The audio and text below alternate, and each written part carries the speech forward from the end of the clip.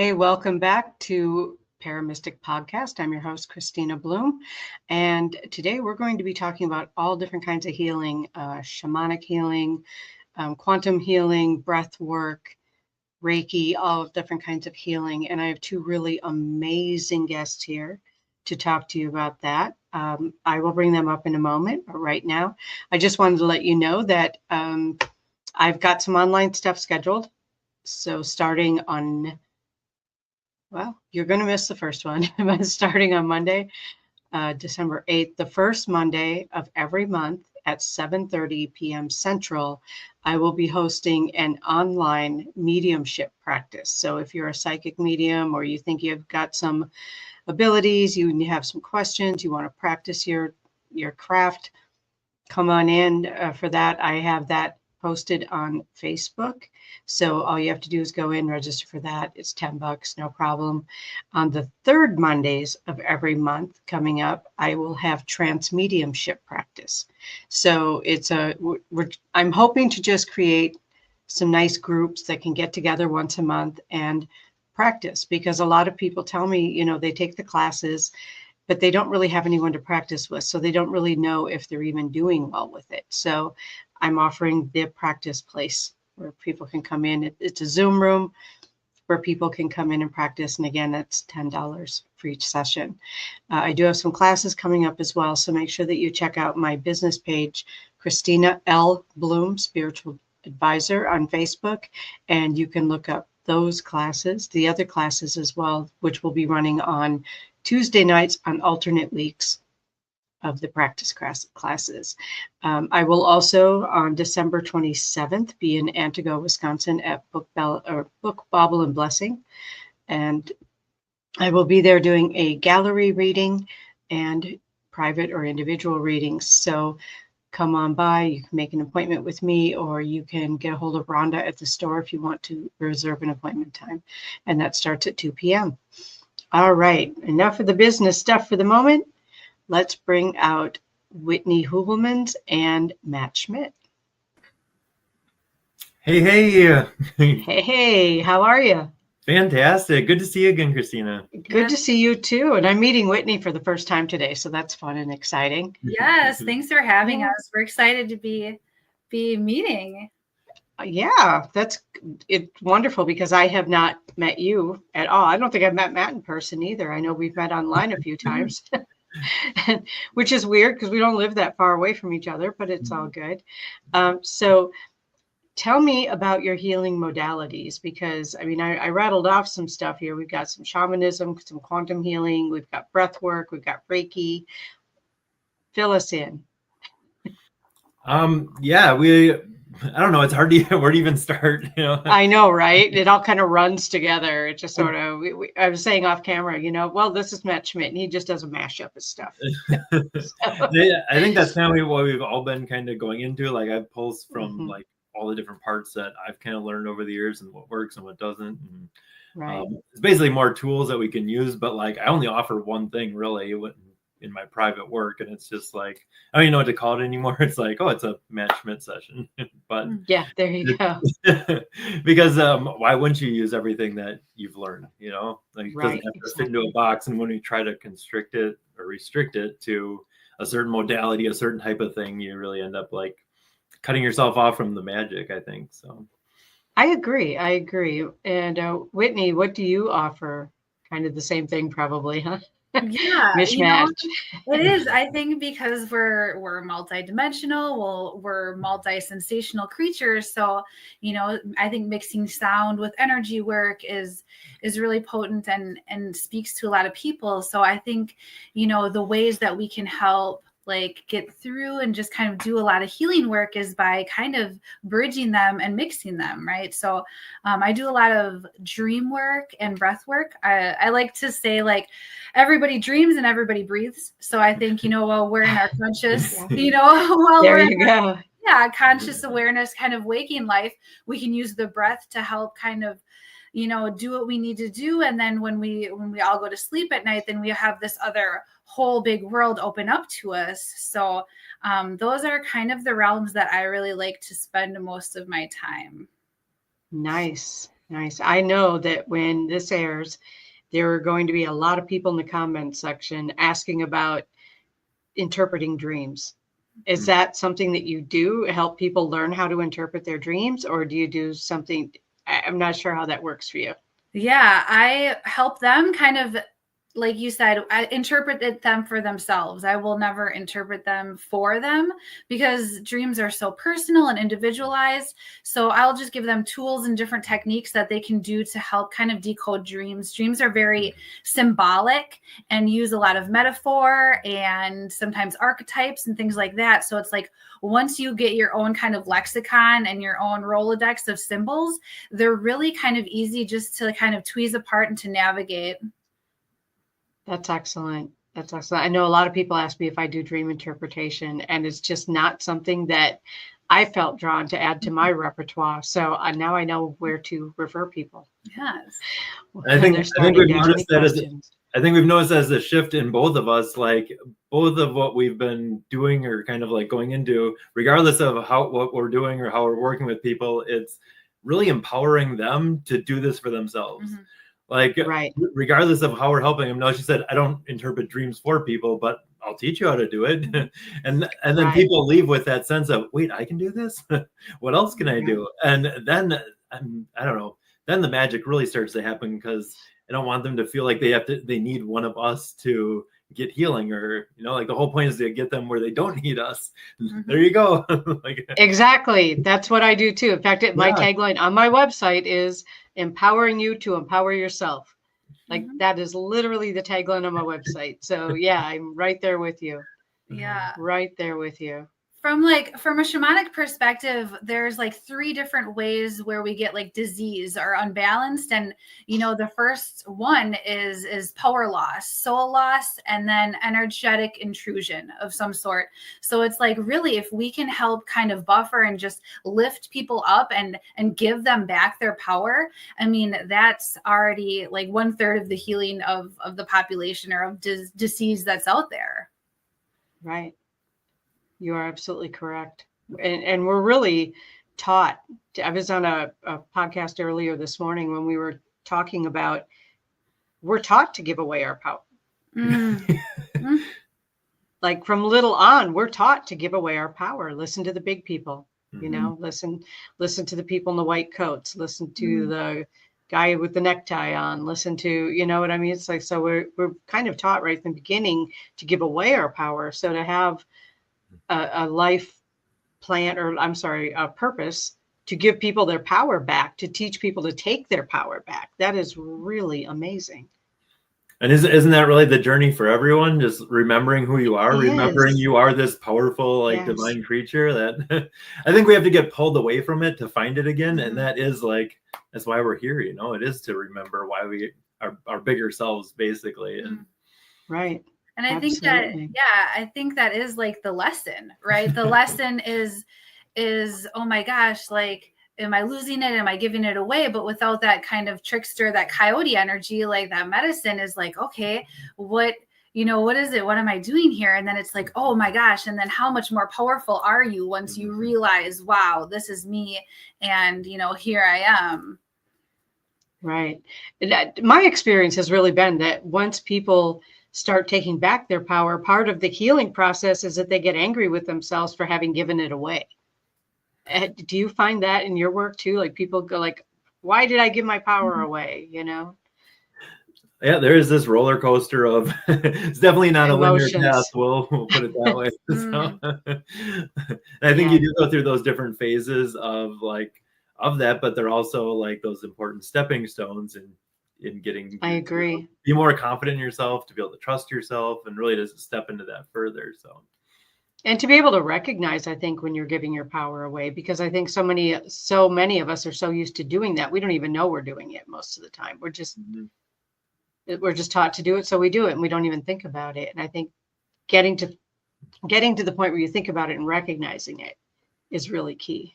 And I think it's like teaching kind of more like a spiral path, right? So we're on this upward trend, so we can look behind us and say, oh, how did I traverse that? And what was that experience like? And then I can move that forward, and it's kind of like, yes, like you said, being over cultured or over domesticated and having those programs but then it's like, all right, I've done this before. How did I, manage this? How did I do this? And gaining tools along the way. Right. I agree. I like that term, domesticated, and becoming undomesticated. Right. Or like rewilding, right? But it's like sometimes, right. we're animals, at our core. And it's like, we're not meant to fit into cages or boxes or anything. And I think that's part of like the magic of giving that power to people back is like, we're meant to roar a little bit, and we're meant to growl a little bit, and why not? Right, exactly. I like that roaring and growling. Go ahead, Matt.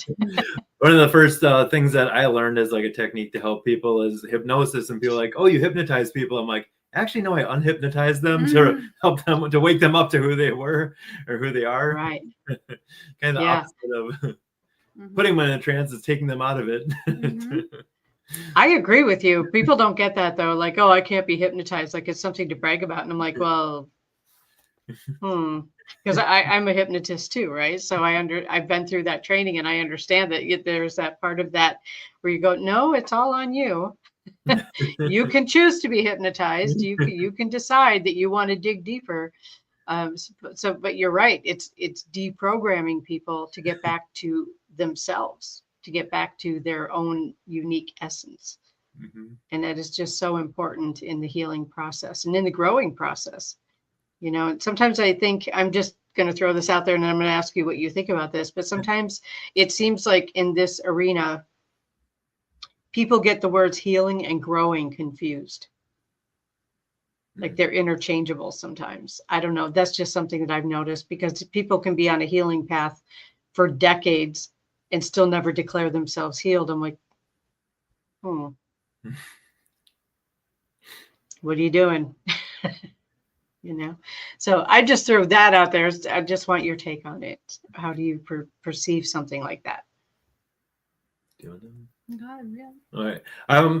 As far as like the healing and growth, I think you're always like healing, you're always growing, and like, but you can acknowledge, hey, I've healed this, and this, and there's always more to learn when you become stagnant. How much you're actually doing it. It doesn't have to be healing in the traditional sense, but I look at any growth as like a form of kind of healing. So what I see often is people think healing is fixing. And I often tell people, if I had a magic wand that could take away whatever, you're not going to learn anything. You're going to be right back where you started, because you didn't learn what it was trying to teach you or trying to guide you to, or why it was happening in the first place. So I think that often people often look at that incorrectly. And I think they'll come to me like, oh, I need to fix this and I need to fix this. I'm like, well, you're not broken. Like, this is trying to get your attention for a reason. And when you stop looking at it in those terms, you can make more progress, because you're not like a victim of your circumstances. You see it as an opportunity for growth. And then, with respect to healing, then that healing, I guess, is growth then. I completely agree with that. Yeah.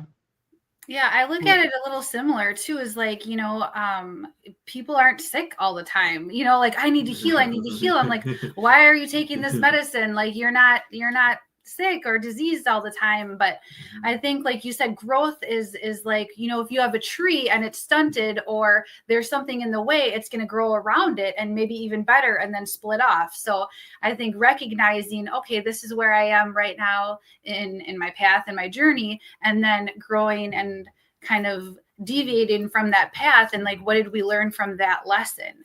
And I think just that awareness is really potent in itself. Oh, I completely agree. I think also the intent behind it. So I started out, I was doing all this like self-improvement work, and I was like, I'm doing the good stuff, right? Like, this is great. And then I became aware that you're doing all this stuff because you still don't think you're good enough. And I'm like, oh, dang it. So it was right. It was all this old stuff repackaged, and it was like, but it was like on the outside it looked good, but it was like the driving force behind it was because I still didn't feel adequate, and I felt like I had to do all this stuff to make up for, rather than addressing the actual issue. So right. Right. And sometimes getting to that core actual issue, that can be the thing that we work on self-improvement a lot for years and years and years, but never look at that core, because that one hurts too much.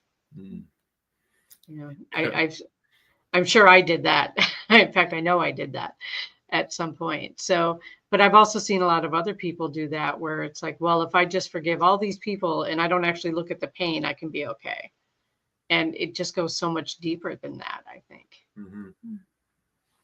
So, Whitney, what have you seen in your work as far as how breath work affects people? Because I think enough people don't, I'm like, well, I'm breathing. What's the problem? Well, there's breathing, and then there's breathing. Right. Yes. I think we trap a lot of emotions and different, if you want to say trauma, in the body, right? And we hold it in the cells of our body, and then we get, we don't breathe, and we have restricted breathing. We have then restricted ways of doing things. We get stuck in habits, and then that perpetuates, right? So I think like breath work and just breathing and just knowing how your breath pattern is super, super important, and then also there's all the physiological effects of, if you breathe consistently and freely, then, you're oxygenating more, your muscles are less tense, your cortisol levels can go down, blood pressure can go down. So, I mean, in a physical arena, it's very, very powerful. But then it's also too, like, what are we holding or restricting or stifling in ourselves that is coming from an emotion? So I think, breath work can do so many things on so many levels. And that's why I think it's beautiful. So that's why so, and then I also do like breath work, like breakthrough breath work, which can be, a little bit more kind of propelling yourself into like different states of like consciousness, and being able to get into and reach that like liminal space of meditation for some people who are like, oh, I can't just sit and meditate and stare at a flame. There's other ways of doing it. The Sufis, they spin, some people chant. So breath work is also another way to get people into that space where they can really, really do some good digging. I love that. Matt, what is do you work with breath work as well? Is that part of what you do with people? More so on the receiving end. I do breathing with stuff, basically to like move energy in the middle of our work, because stuff can just move quicker when you incorporate the breath. Right. I feel a lot of people's stuff, so I can feel when it moves out of their body. When we breathe with it, it's like stuff goes quick. My own experiences being on the receiving end of the breath work is like, I've had experiences I didn't even know were possible without substances with the breath. I've been able to release stuff that I couldn't get there. Like my mind would get in the way. It's great for people that are like analytical, because there's nothing to think about, nothing to figure out. And it's almost on like a different level, where even if you've addressed the things around it, sometimes your body still holds it. And it finally gives it permission basically to finally go. So that cellular memory can be really strong. And you don't have to figure it all out. You don't have to have all the pieces of the puzzle. Sometimes it's just almost plumbing, where it's like, okay, let's move this out. Like, flush it out. There you go. 40 years ago, let's get the rest of you up to speed with you. So excellent. These human bodies hang on to stuff pretty well. So they really do, don't they? And I think part of it, we need to hang on to stuff. Like we need to remember how to walk from day to day. We need to remember how to talk and brush our teeth and, talk to people and all of that. But yeah, we do hold on to a lot of other stuff. So actually, I'm going to go in a little bit different direction with this. So sorry for the curveball. On last week's show, we were discussing trusting your body's intuition.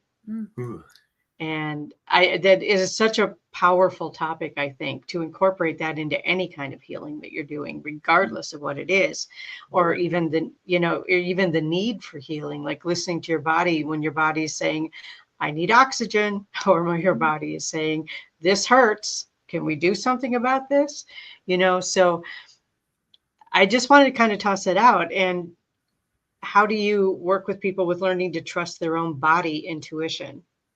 Because I think we tend to separate intuition from body, but I think it has to work together. Definitely. Like the way I kind of help teach people is like kind of the lower energy centers or chakras, if that's something that they know about, is a lot of instinct, right? You get that gut feeling, and we know that the gut is like, the second, third brain from your heart, and it has a lot of substance there.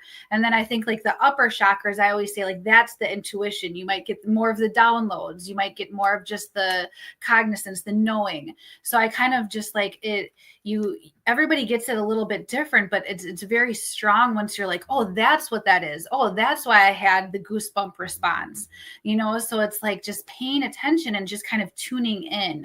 And then they're like, oh, I've been doing this whole time. That's what it is. It's usually they're getting those intuitive hits, but they aren't really listening. Or not recognizing, maybe. Right. Oh, they're not heeding the warning. They're like, yeah, I should have, did this and I knew it, but I didn't. Right. So like they aren't taking the action. Yeah, that makes sense. And what about you, Matt? How do you work with people with learning to listen to their body and the intuition that their body is giving them? It's funny. That's literally the last class I was doing this week. I was teaching a whole retreat on. It's called "Listen to Your Body and Heal Yourself." Well, there you go. Here's your platform. So yeah, like I see the body as a messenger. It's always talking to us. It's always communicating to us. Most of the time, we're not listening to it, or we don't know how to listen to it. Okay, what is this trying to tell me? It's not trying to trick you. It's trying to get your attention for some reason, and it's usually when we're not listening to anything else that it like, okay, let's turn this up because you're still not listening. And I used to get sick like 5 or 6 times a year. I can't remember the last time I've been sick, because as soon as I start to get like feel a little bit off, I'm like, okay, what do you need? Like I talk to my body. It sounds weird, but it's like it's always communicating. It's always listening, and listening back to it when it's trying to get your attention is huge. So I don't try to plow through anything. I don't try to finish the next project. It's like, okay, and I stop doing whatever I'm doing and like, okay, what do you need? And it's been yeah. Danger. I love that. I think it's unfortunate that a lot of people feel like they, for whatever reason, can't stop and listen to their body. It's like, well, I have to get this done. I have to get this done. And particularly, I think if you work for someone else or for a corporation, people are always feeling kind of under the gun and like, I have to do this. And going into work sick, so everybody else gets sick, right? So it's this whole thing about not being able to listen to our bodies in a 3D world that treats us like we're machines. Yeah. The irony is, like, I used to be out of commission for 3-4 days when I got sick. Now I listen to my body, and within hours I'm fine. Like, right? I'm not, like, I don't end up getting sick. So, like, if you look at the big picture, what was I actually gaining by, trying to keep going through that extra? Like, and how good of a job are you actually doing? And it's like it was such an eye opener for me that when you're in that alignment with your body, when you're listening, like, you don't need those loud messages because you're doing what it's telling you. Yeah. And my personal experience has been that when I ignore it, eventually it gets loud enough to where I can't ignore it anymore. And I think our bodies are designed that way, but we tend to push through and not listen to our bodies. And I think that that's a really unfortunate thing.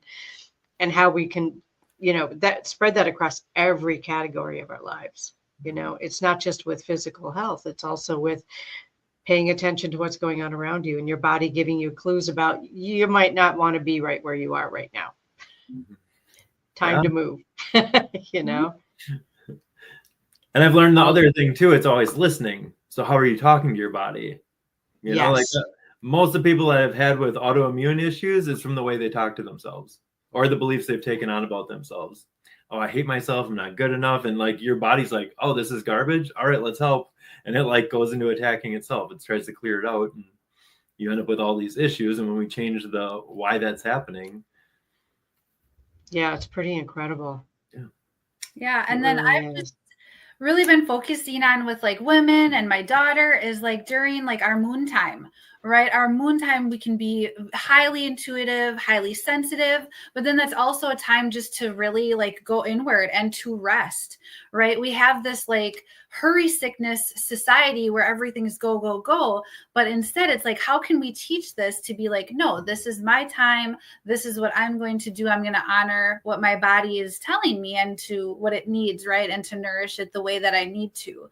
So I think like if we could switch that perspective and start to teach our young ones that, and then to honor that cycle, then I think it could help a lot in the long run. And then just honoring that cycle and that perspective.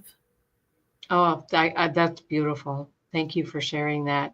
I know that there are a lot of women who don't feel like they have the freedom to do that, or like a monthly cycle is something to be ashamed of, or something like that, because that's what a lot of us learned in this society. Not everybody, but a lot of women have learned that, like you just hide it away, you don't talk about it, you just take care of whatever you have to in private. And not that we all need to go out and advertise whatever it is we're going through, but I've noticed that too, where it's been something like that, where we have to unlearn shame, right? We have to unlearn that is something that is not okay, because it absolutely is okay. Our bodies are designed that way.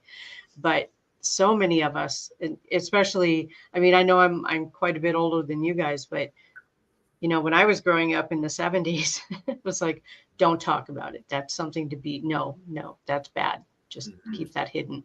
And so therefore, a lot of us went through a lot of trauma. And I think it's still going on in some aspects today too. But I feel like maybe it's just the people I hang out with or the people I communicate with. But I do feel like the world is more open about those things now. Yeah, we've started pockets where we have like moms talking to their daughters, and we have moon cycle classes, because we're like, this is an empowered time. Like, you're stronger, your senses are heightened, and you're intuitive, you're creative. So it's like your dreams are going to be a lot more profound and vivid, and you're going to want to create whatever that is. If it's painting, poetry, whatever it is, it's like, this is your center stage. This is your moment. So I think, just bringing that back, because I think the reason it was downplayed for a lot of times is because, society or the patriarchy, whatever, was like, oh no, this is a powerful time, and we don't want them to know how powerful it can be. So I think we're kind of bringing that back. I love that. It is. Had I been taught that it was a powerful time, my life would have been so much easier. Seriously, we just don't teach that anymore. All right. So I know you guys do retreats. You mentioned a retreat before. So tell me, is that something you do together or separately, both?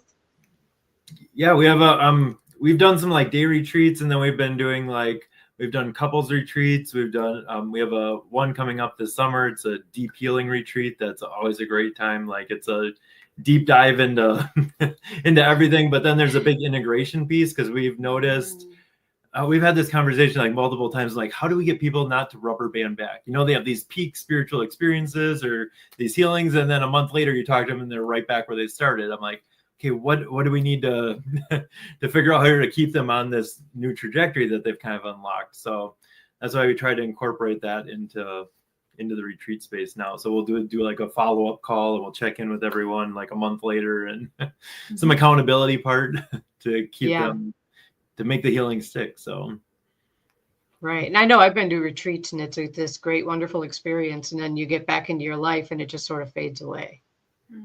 The experience just sort of fades. You still have the memory of it, but it's not the impact. And I don't think we're meant to carry impact all the time. I mean, that would be exhausting. But, so I understand what you're saying, though. That integration piece is so important with the follow-ups and then getting them to giving them some tools they can take, because life doesn't stop because you go through go to this event and you're like, oh, I'm all good now. If I just stay here, I'll be fine. Right. Exactly. Can I just move in? That's awesome. Thank you. It's unrealistic. So it is. I mean, that's why treatment programs have aftercare, right? to keep it going, to keep it integrating. Mhm. So I think that's an important thing too, is that whole aftercare and accountability part is really important. So you have this deep healing retreat coming up next summer. Yeah, we do it every year. So it's at Golden Light Healing in Sobieski, which is just north of Green Bay, about 20 minutes, and beautiful space, like 200 acres, and they have cabins, and I don't know, it's lovely. So. Wonderful. Do you have dates set for that already? July 10th through 12th, I believe. Mm-hmm. Just going off the top of my head. Yeah, I believe that's correct. Okay, and people can find that information to register for it on your website? Yep, under events, and then so okay. There's a bunch of other events that we have throughout the year, but they're all listed there. And we also have a list of all the spiritual and wellness fairs in the state of Wisconsin listed there, because I had a hard time finding them when I first started. So I started keeping a list, and it's been growing over the last like 3 or 4 years, and I think there's probably like 80 fairs just listed for this year alone. So I'm sure just the few that I'm connected in with, I have to make choices, am I going to this fair or this fair, because they're happening on the same day. So I was missing stuff down the road. I was like, how this, I didn't even hear about this one. So now that I kind of know the players and stuff like that, I kind of put it out there just for everyone to have access to it, basically. That's excellent. So if people are looking for a place to be a vendor or a place to go to experience a fair, it's all right there. Yeah. That's wonderful. I wish I'd known that. Now I do know that. Yeah. I now have information. That's awesome. Awesome. So what are some of the other things that you do? I mean, you go to other people's events, but do you do other things as well? Or how do you get yourselves out there, I guess? I do a lot on YouTube. Like I started all the stuff I started teaching in like classes and workshops and stuff like that. I started putting out on videos because I feel everyone should have access to this stuff. Like if you're willing to put in the work, you should be able to have the tools to do it. So that's why I kind of created the channel. And then that's how a lot of people, that's usually where I send people first. And then when they get stuck there and they need extra help, then they like come see me. And my work with people is pretty in depth. It's like 4 to 6 hours is pretty average for the time I spend with a person. And we're going through all the layers of stuff. And I mean, it's intense. It's not for everyone, but at the right time, it's like the fastest way I know to get people to where they're trying to get. So and people can make those appointments on your website? They just reach out and contact me because I work all over the world, and I also don't want someone like, here, fix my mom, because it doesn't work out very well. So, right. Yeah. It's not a treatment. You're not going in for it. It's like, it's a deep dive into, the depths of your soul to see what's been holding you back from experiencing the fullness of life. So excellent. Yeah. That is wonderful. I was just going to ask you another question. I totally forgot what it was. So I guess that wasn't the right question to ask. I think it's kind of interesting what I've been seeing kind of as a theme is like people are going back to remembering what life was like when they were 3 years old, 4 years old, a time when they felt free, when they were like, when they didn't have all these like confines put on their life, when they were unrestricted, uninhibited, they just got to like be themselves. And really that's what everyone's getting back to is like before life happened, they're dumping off all this stuff. It's not something way out there that's like unattainable or you have to like achieve this high thing. It's like, no, you just have to dump off all the crap you've packed on to get back to your true self. So I love that.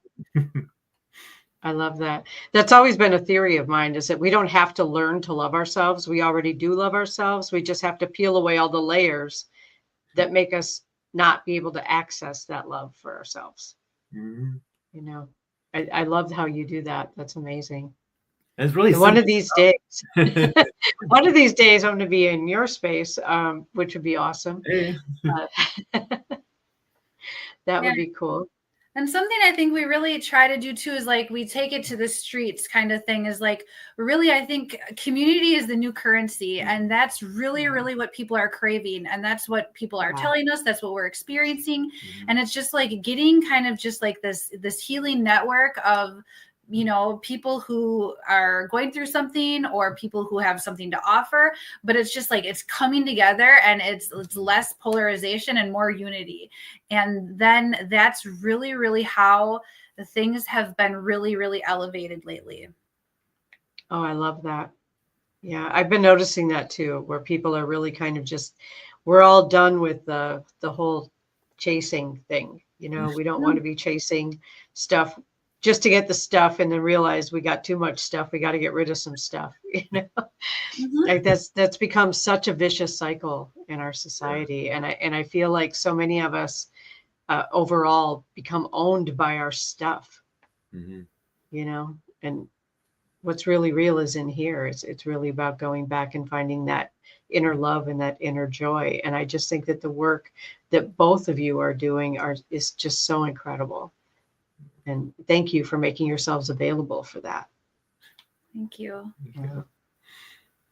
I think that a lot of people feel really alone going through this, and it's like the community's out there, but they don't know how to come across these people. How, especially we were talking about this the other day. It's a Friday night. We don't go out. We don't go to how do you end up meeting people that are that